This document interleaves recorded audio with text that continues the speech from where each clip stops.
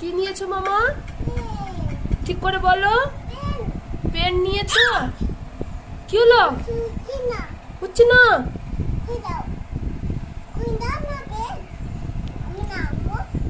তুমি কি করবে? তুমি কি করবে? আমি খুলে দিলে কি করবে? আবির কি করবে? হ্যাঁ, খুই দাও। সব খুলো না। কি করছিস? কি রাখছিস? পেন রাখছো? আমার একটা দাও, প্লিজ দাও মাম্মা। খুঁজছি খুঁজছি। পচা না না, ওই আমি নেবো, তুমি দাও।